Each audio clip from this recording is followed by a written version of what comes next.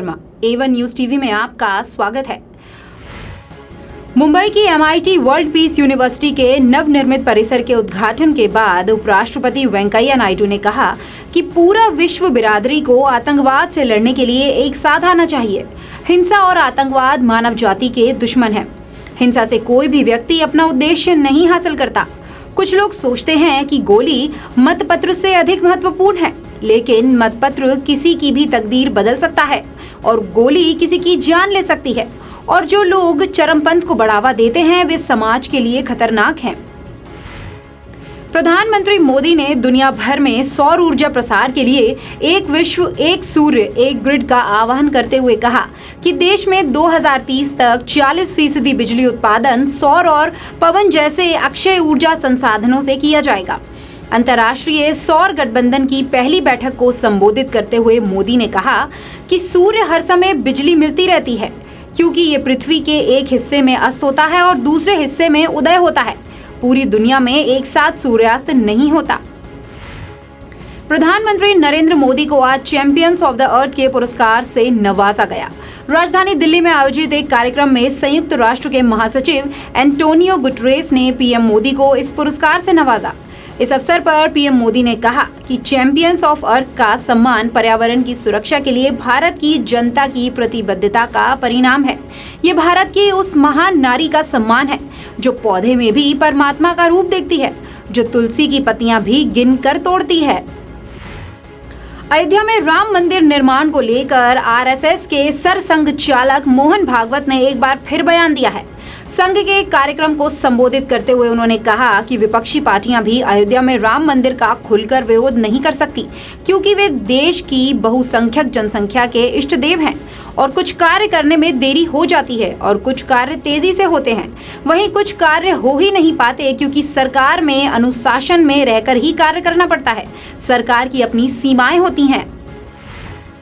हरिद्वार से चली किसान क्रांति यात्रा दिल्ली यूपी बॉर्डर पर किसानों और सुरक्षा बलों के बीच हंगामे के बाद देर रात खत्म हो गई। गाजीपुर बॉर्डर पर डेरा जमाए हजारों किसानों को दिल्ली पुलिस ने इस शर्त पर चौधरी चरण सिंह की समाधि पर जाने की इजाजत दी कि इसके बाद किसान शांतिपूर्वक वापस चले जाएंगे, जिसे किसानों ने मान लिया। पुलिस की अनुमति मिलते ही सैकड़ों ट्रैक्टर और ट्रॉलियों में सवार होकर किसान चौधरी चरण सिंह की समाधि पर पहुंचे और समाधि पर फूल माला अर्पण करके किसान क्रांति यात्रा को खत्म किया। दिल्ली के गोकुलपुरी थाने में एक घर से एमसीडी की सील तोड़ने के मामले को लेकर सुप्रीम कोर्ट में एक बार फिर दिल्ली बीजेपी अध्यक्ष मनोज तिवारी पेश हुए। सुप्रीम कोर्ट ने इस मामले की सुनवाई फिलहाल 10 दिनों के लिए टाल दी है। दरअसल मनोज तिवारी ने अपने एडवोकेट ऑन रिकॉर्ड को बदलने का हवाला देकर सुनवाई टालने की मांग की, जिसे कोर्ट ने मंजूर करते हुए सुनवाई को 10 दिनों के लिए टाल दिया। जस्टिस रंजन गोगोई ने आज देश के 46वें मुख्य न्यायाधीश पद की शपथ ली। राष्ट्रपति भवन में बुधवार को आयोजित शपथ ग्रहण समारोह में राष्ट्रपति रामनाथ कोविंद ने जस्टिस रंजन गोगोई को देश के मुख्य न्यायाधीश पद की शपथ दिलाई। इस शपथ ग्रहण समारोह में प्रधानमंत्री नरेंद्र मोदी, पूर्व चीफ जस्टिस दीपक मिश्रा, सुप्रीम कोर्ट के जज और अन्य केंद्रीय मंत्री मौजूद रहे। 25 साल के लेफ्ट रूल को खत्म कर सत्ता में आए त्रिपुरा के मुख्यमंत्री बिप्लब देब ने कहा है कि आज के समय में टेक्स्ट बुक में केवल लेनिन और स्टालिन का जिक्र है।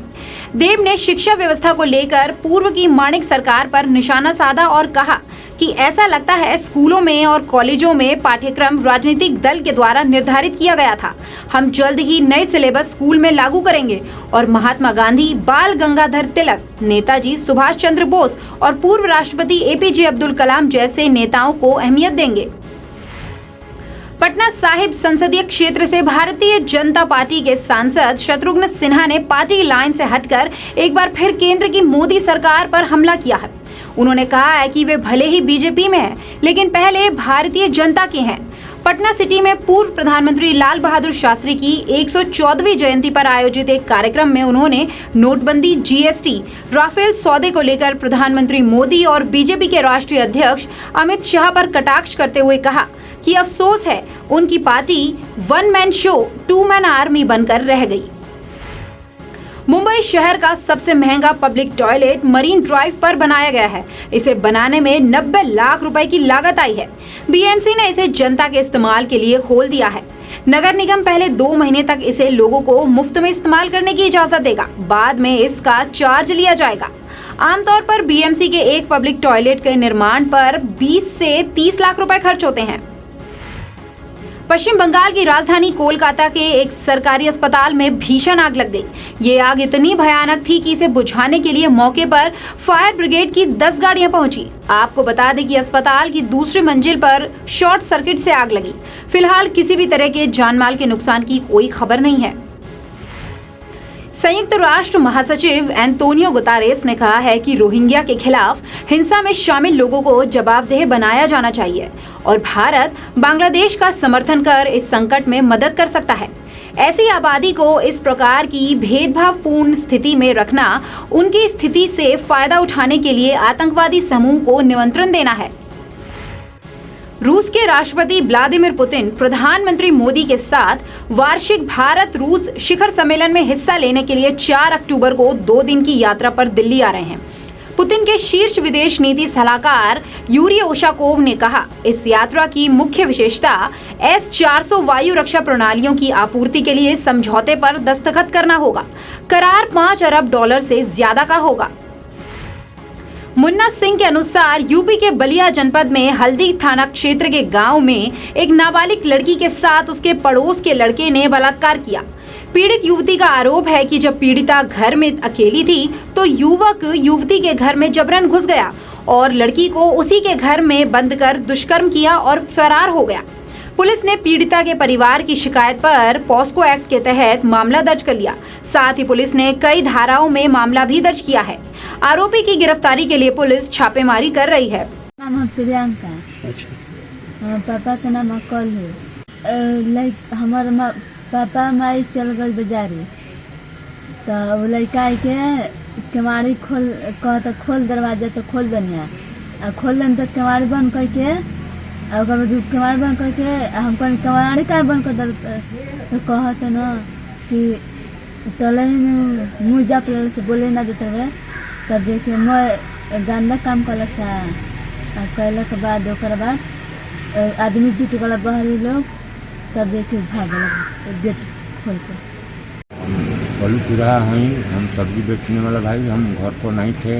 ऐसे ऐसे घटना हो गया मेरे घर पर और हम गया तो हमारा लड़की रोने लगी तो हमारा बर्दाश्त से बड़ी हुआ तो ऐसे ऐसे हम काम किया।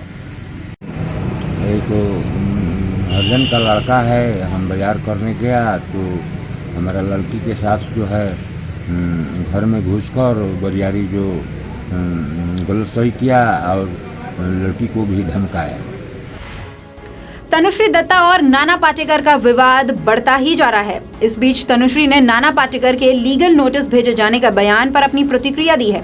उन्होंने कहा, मुझे नाना पाटेकर की तरफ से कोई लीगल नोटिस नहीं मिला है। इस तरह की धमकियां इसलिए दी जाती हैं ताकि मेरी तरह और लोग डर जाएं और वे अपने साथ हुए गलत के खिलाफ आवाज ना उठा सके। किसी को भी इस तरह की धमकियों से डरने की जरूरत नहीं है। पूरा देश उन्हें सपोर्ट कर रहा है।